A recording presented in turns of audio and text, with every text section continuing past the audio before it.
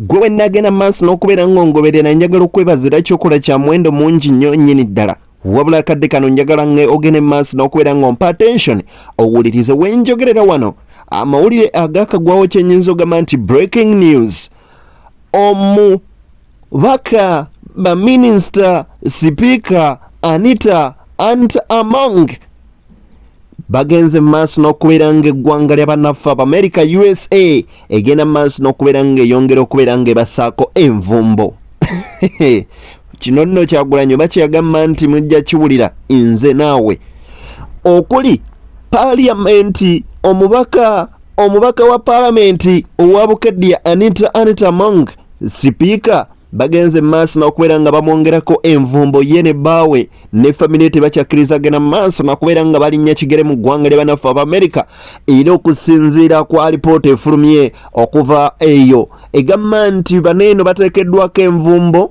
olw'ensonga eyeekuusa ku kubeera ne kye bayise significant corruption and violation of human rights enguzi esukkulumye obuli bw'enguzi obusukkulumye nga kwoteeka n'okubeera nga batimbula oba nga bagenda maaso n'okubeera nga balinnyirira eddembe ly'obuntu kuno nno kuliko former minister wa Karamoja oba w'ensonga za Karamoja Goreti Kitutu oyo nno nga emu ku bagenda maaso n'okubeera nga bakumpanya amabaati former minister of state for Karamoja Agnes Nandutu oyo nno naye omu kwabo bagenze maaso n'okubeera nga bamuteekako envumbo minister of state for finance Amos Lugorobi oyo naye agenze maaso n'okubeera nga ateekebwako envumbo gwe agenda maaso n'okubeera nga ongoberera kaakati nno omulala awo wennyini nkusaba sooka ompeere video eno like sharinga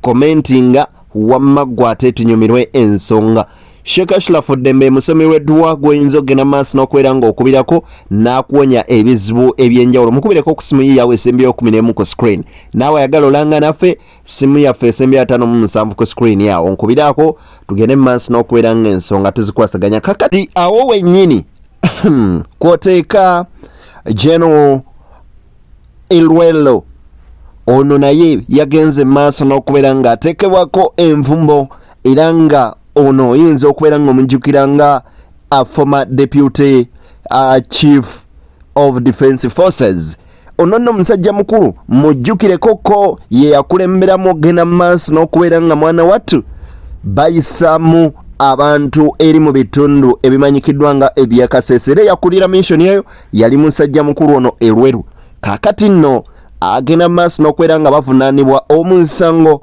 ogw'okubeera nga beenyigira mu buli bw'enguzi n'okutyobola eddembe ly'obuntu ebigenze ewala kaakati njagala nkuyiseemuko mu kiwandiiko kya Robert Kyagulanyi Ssentamu His Excellence Bobi Wine kyagenze maaso n'okubeera nga awandiika nga bino yakabiraba olumugudde mu maaso bw'ati n'awandiikirawo His Excellence Robert Kyagulanyi Ssentamu agenze maaso n'okubeera nga awandiika ng'ayita ku mukutu gwe n'agamba nti the United States of America has today announced new sanctions against Anita Among for engaging in serious corruption as a Speaker of Parliament.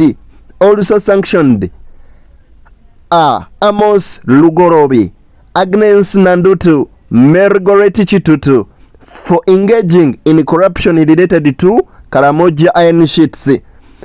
Very significant, a very significant. The USA has also announced sanctions against General Peter Elwelu, the immediate past deputy chief of defense forces, who commanded the killing of over 150 Ugandans in Kasese in 2016.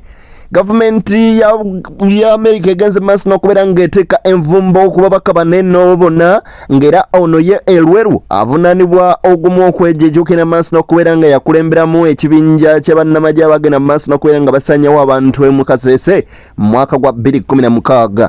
ono nno Kyagulanyi Ssentamu nti abantu abasoba mu 150 be bagenda maaso n'okubeera nga battibwa. Agenze n'agamba nti we welcome these sanctions and appreciate the government of United States. Tuyaniriza nnyo envumbo zino ate era tugenda maaso n'okubeera nga twebaza gavumenti ya America ku lwakino kyegenze maaso n'okubeera nga ekoleraze okubeera nga ewuliriza omulanga gwa bannayuganda abatulugunyizibwa. For listening to the cry of the oppressed people of Uganda. It has been our call to the civilized world not to keep a blind eye to the impunity perpetrated by the Museveni regime. Inti guno gubadde mulanga gwaffe eri ensi zigoberera eddembe ly'obuntu okubeera nga zireme okubeera nga zeekuumirayo ekiiso oba nga zeeterayo kyamuli ku bintu Museveni byagenda mu maaso n'okubeera nga akola eby'obutulugumbuzi kw'oteeka n'ogenda mu maaso n'okulinnyirira eddembe ly'obuntu. Kyagulanyi agamba, we hope more individuals and organizations responsible for the suffering of our people will be sanctioned. Era tusuubira abantu ba ssekinnoomu nga kw'oteeka n'ebitongole ebivunaanyizibwa ku kutulugunya kw'Abannayuganda ogenda mu maaso n'okubeera nga nabo babateekako envumbo. This sends a clear message to those responsible for gross violation of human rights. Kino nno kisindika obubaka eri abo abavunaanyizibwa ku kweyongera kw'okugenda mu maaso n'okubeera nga okubatyoboola eddembe ly'obuntu mu ggwanga lyattu Uganda.